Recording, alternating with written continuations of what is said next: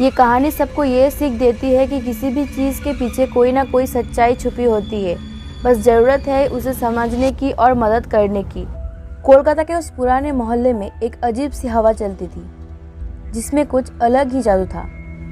कहानी एक घर की जिसे लोग भूतिया बंगला के नाम से जानते थे। यह घर पुरानी कालियों से ढका हुआ था और रात को अंधेरे उसकी दीवारों में छिपा हुआ था।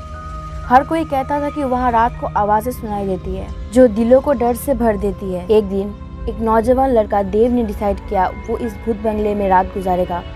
उसने अपने दोस्तों को बताया और वो सब मिलकर घर के दरवाजे पर पहुंच गए। दरवाज़ा खुला और वो अंदर चले गए। अंदर जाते ही उन्हें एक अजीब सी ठंडक महसूस हुई, जैसे कुछ गलत होने वाला है। पर देव ने हिम्मत नहीं हारी। उनकी रात शुरू हुई और वो सब एक कमरे में बंद होकर मज़ेदार कहानियाँ सुनने का फैसला किया।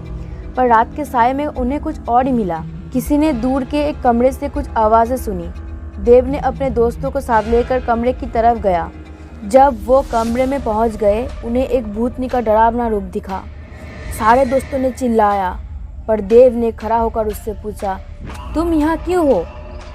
भूतनी ने कहा, यह मेरा घर है, तुम्हारे जैसे अनजान यहाँ क्या कर रहे हो?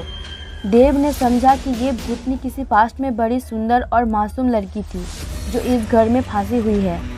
उसने उस भूतनी से उसकी कहानी सुनी, जिसमें एक गरीब दुल्हन की कहानी थी जो अपने प्यार के लिए इस घर में आत्मा बन गई थी। देव ने अपने दोस्तों को कहा, ये भूतनी भी हमारे जैसे हैं, सिर्फ थोड़ी भटक गई है। उन्होंने उस भूतनी की मदद की, उससे उसके प्यार का आखिरी पता ढूंढने में। भूतनी को मुक्ति मिली और उसके साथ साथ भूत बंगले की कहानी सबको ये सीख देती है कि किसी भी चीज़ के पीछे कोई ना कोई सच्चाई छुपी होती है, बस ज़रूरत है उसे समझने की और मदद करने की।